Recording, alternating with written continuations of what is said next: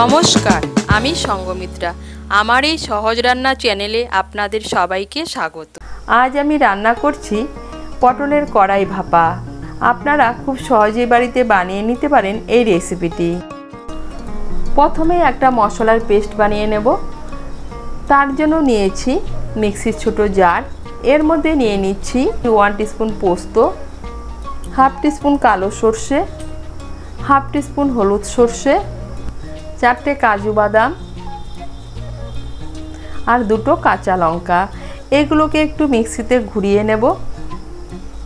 এই দেখুন, সর্ষে, পোস্ত, কাঁচা লঙ্কা আর কাজু বাদামটাকে হালকা করে একটু মিক্সিতে ঘুরিয়ে নিয়েছি।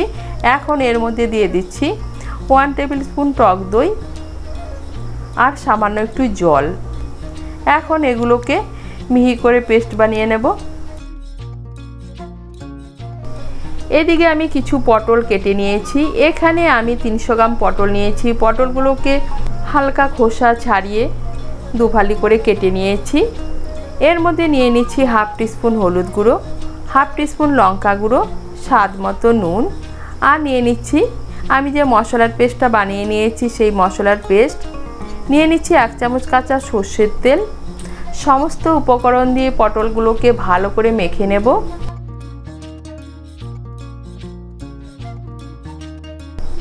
এই দেখুন, সমস্ত উপকরণ দিয়ে পটলগুলোকে ভালো করে মেখে নিয়েছি। এখন আমি এটাকে সাইডে রেখে দেব। এদিকে কড়াই বসিয়েছি। কড়াইতে দিয়ে দিচ্ছি সর্ষের তেল। তেলটাকে ভালো করে গরম করে নিয়েছি। এখন এর মধ্যে দিয়ে দিচ্ছি হাফ টিস্পুন কালো জিরে আর একটা কাঁচা লঙ্কা। ফোড়নটা দিয়ে একটু নাড়াচাড়া করে নিয়ে এর মধ্যে দিয়ে দিচ্ছি একটা মাঝারি সাইজের পেঁয়াজ কুচি। পেঁয়াজ কুচিটাকে মিশিয়ে নেব। মিশিয়ে নিয়ে লাল করে ভেজে নেব।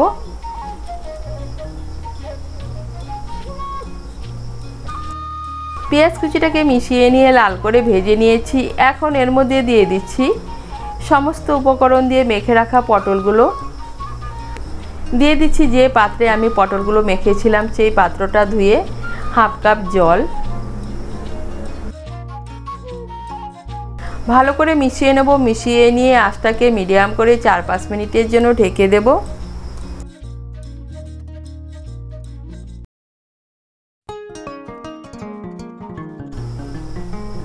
আঁচটাকে মিডিয়াম করে 4-5 মিনিটের জন্য ঢেকে দিয়েছিলাম। এখন একটু নাড়াচাড়া করে নিয়ে আবার আঁচটাকে মিডিয়াম করে 3-4 মিনিটের জন্য ঢেকে দেব।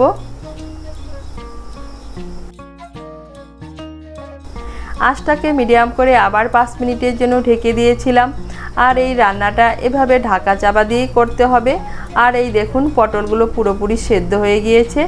এখন আঁচটাকে বাড়িয়ে এর মধ্যে দিয়ে দিচ্ছি স্বাদ মতো চিনি, দিয়ে দিচ্ছি চিড়ে রাখা কাঁচা লঙ্কা। চিনি আর কাঁচা লঙ্কাটাকে ভালো করে মিশিয়ে নেব। আঁচটাকে বাড়িয়ে চিনি আর কাঁচা লঙ্কাটাকে মিশিয়ে নিয়েছি। আর এই দেখুন, পটলের জলটা পুরোপুরি শুকিয়ে গিয়েছে আর পটল থেকে তেলও ছেড়ে দিয়েছে। এখন এর মধ্যে দিয়ে দিচ্ছি আরও 1 চামচ কাঁচা সর্ষের তেল। সর্ষের তেলটাকে ভালো করে মিশিয়ে নেব। মিশিয়ে নিলেই তৈরি পটলের কড়াই ভাপা।